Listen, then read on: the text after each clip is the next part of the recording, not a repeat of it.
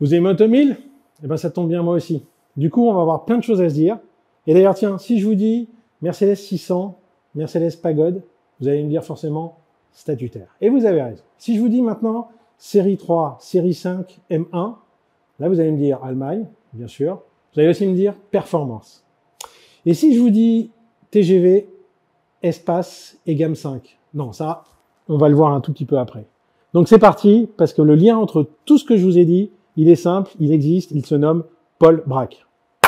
Paul Bracq, c'est un personnage totalement iconoclaste. Il a été patron du style de chez Mercedes, de chez BM et de chez Peugeot. Et à tous ceux qui pensent que l'école internationale du design automobile n'a pas rayonné comme il fallait, eh ben, il est important de parler de Paul Bracq. Et oui, on se doit d'être fier. Un Français patron du style de ces 3 marques emblématiques avec des produits incroyables dans cette époque-là, on doit le clamer haut et fort, on doit être fier et on doit forcément passer un peu de temps sur son œuvre. Vive la France! Bon, reprenons au commencement. Le Jean Rochefort du design est né le 13 décembre 1933. Il se qualifie lui-même comme carrossier, artisan, parce qu'il aime le travail de la matière. Il est beaucoup plus un artisan qu'un designer. Il est diplômé de l'école Boulle et il commence sa carrière dans un studio de design, puis chez Citroën. Et c'est à ce moment-là qu'intervient un épisode incroyable. Oui, je ralentis un tout petit peu parce que c'est tout bonnement incroyable. Et on se rend compte à quel point les choses tiennent à peu de choses. Et oui, parce que tout commence par sa réquisition en octobre 54 dans l'armée. Et en fait, comme on sait qu'il aime beaucoup l'automobile, il est affecté sur un régiment particulier en Allemagne pour s'occuper de tout le parc automobile.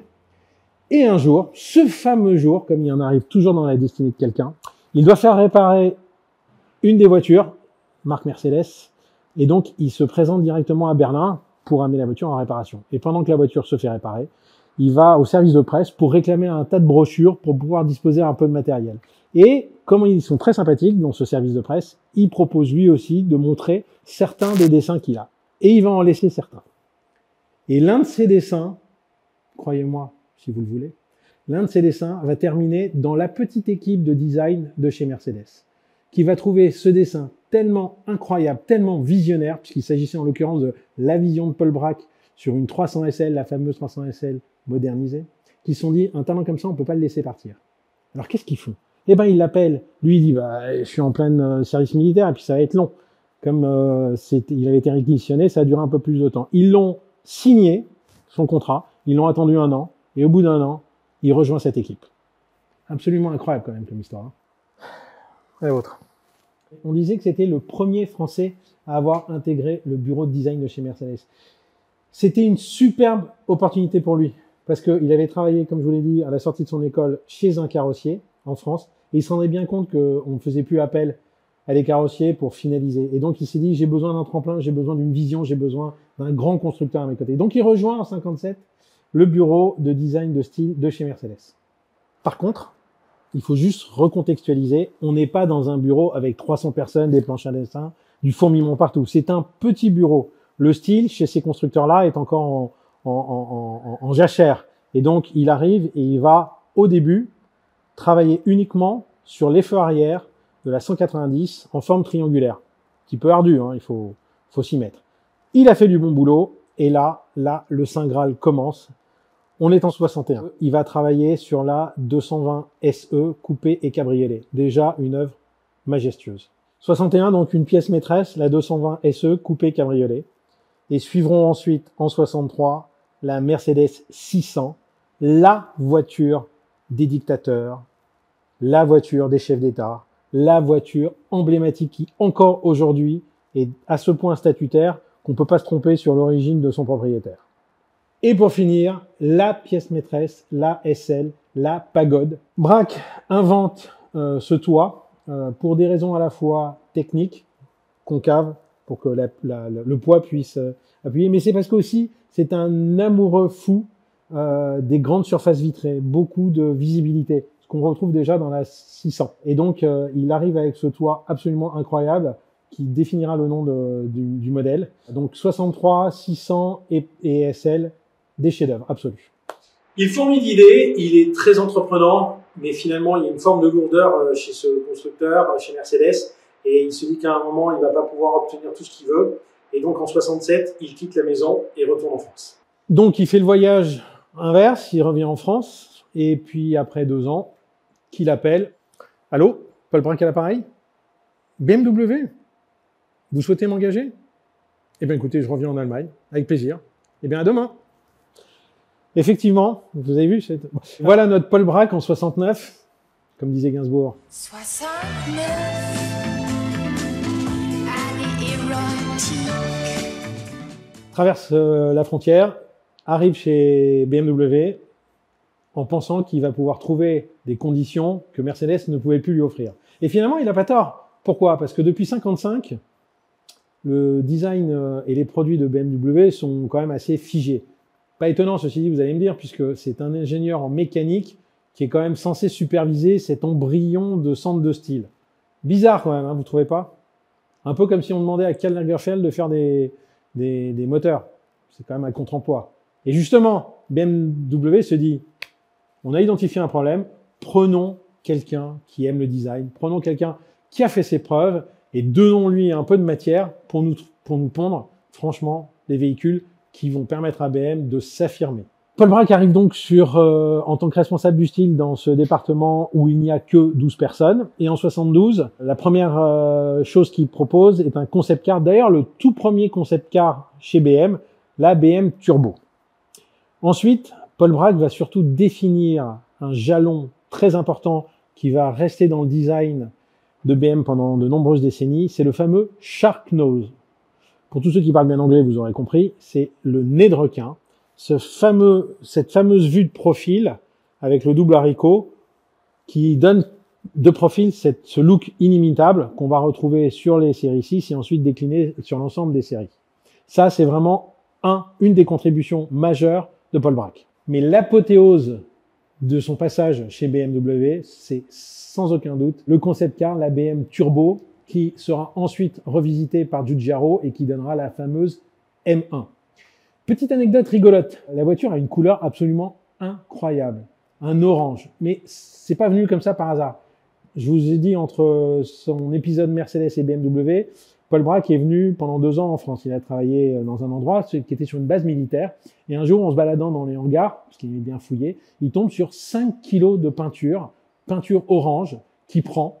Et comme il n'avait que 6 mois pour construire ce projet de concept car, la BM Turbo, il s'est dit, bon, on n'a pas non plus beaucoup de temps à consacrer à plein de choses, et notamment la couleur. Et qu'est-ce qu'il avait toujours dans ses bagages? Eh ben, c'est 5 kilos de peinture orange, qui aujourd'hui, avec le recul, marque complètement l'apparition et la présentation pour la première fois de cette BM Turbo. Donc c'est rigolo, il serait tombé sur du papier toilette, il aurait recouvert de papier toilette, complètement dingue. Après cette étude, ce concept car, le premier chez BM, Paul Bracq va définir la grande ligne des produits qu'on retrouve encore aujourd'hui sur le catalogue du constructeur. 72, la série 5, rendue très connue par le Public Enemy. Non, pas celui-là. Oui, celui-ci. Jacques Messrine, qui sera tué dans sa série 5, cette photo fera le tour du monde. S'ensuit en 75 la série 3, 76 la série 6 et 77 la série 7, ça c'est simple de se souvenir de ça, avec, comme je vous l'ai dit, la calandre inversée, le fameux Shark Nose qui sera la grande signature de la marque BMW pendant un grand nombre de temps. Mais Paul Bracq finit encore une fois par s'essouffler, par se rendre compte que toute sa créativité, ses délires peuvent pas trouver toujours un écho favorable chez un constructeur, d'autant plus un constructeur qui s'est mu en une énorme société, qui développe beaucoup de produits et qui se doit de rationaliser un certain nombre de choses. Donc, il s'ennuie fortement, il se fait chier comme un rat, il passe son temps à regarder des podcasts et il finit par se faire virer. Non, c'est pas ça. Oui, bon, en fait, ça se passe mal, il s'entend plus trop, tout ça, la relation se distend, et en 74, il décide de quitter. Et qui est à l'affût, qui est à l'orée du bois?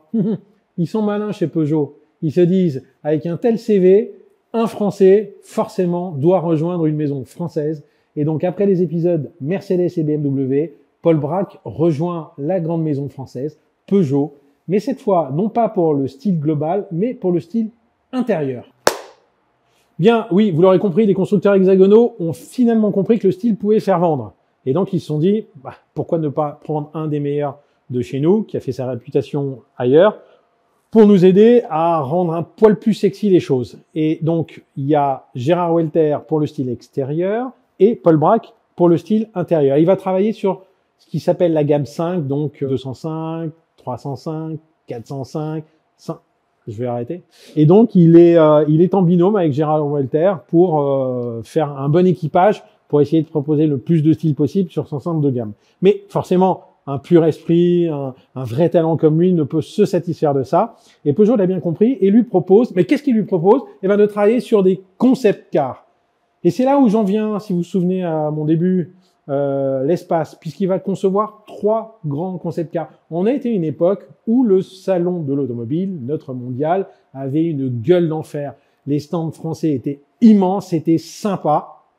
Et donc, pour attirer l'œil des gens qui venaient visiter, qui étaient très nombreux, eh bien, on devait proposer des concept cars. Il y a donc eu le Quasar, le Proxima et bref, des noms de comètes, de planètes au fin fond de l'espace. Et ce design intérieur, eh bien, c'est Paul Brack qui l'a conçu sans contrainte de mise en production, sans contrainte réglementaire.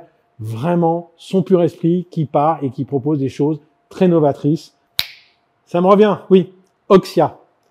Oxia Planum, qui est en fait la planète Mars. Et d'ailleurs, ce qui est intéressant avec Oxia, c'est que c'est un concept car qui a trouvé une déclinaison, qui a été fabriquée, 2 exemplaires, et c'était la voiture la plus puissante que Peugeot n'ait jamais fabriquée avec 680 chevaux. Même aujourd'hui, sur ces bases-là, ça fait rêver et on regrette vraiment qu'elle n'ait pas trouvé une réalité même en petite série. En 94, un jeune Turc du nom de Murat Gounak est nommé grand chef du style Peugeot.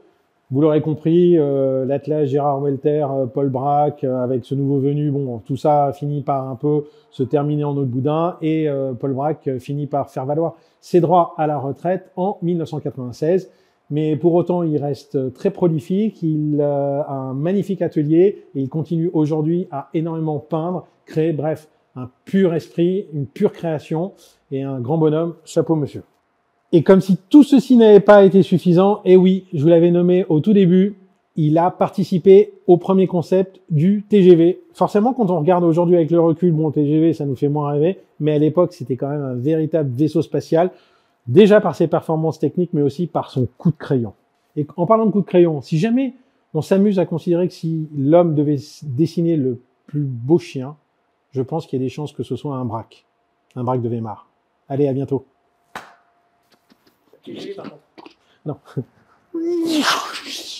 Alors, si vous avez aimé cette vidéo, eh ben, vous nous envoyez des petites têtes d'amour, ça nous fera plaisir. Sinon, vous abonnez, vous likez, vous commentez, vous faites tout ce que vous avez à faire. Et je vous dis à la prochaine fois. Et si je vous dis frappez pas au shaker, Walter VPK et God Save the King, bon, je pense que vous aurez compris. On voit ça la prochaine fois. Je vous embrasse, à bientôt. Tchou tchou. Tchou tchou, viens ici.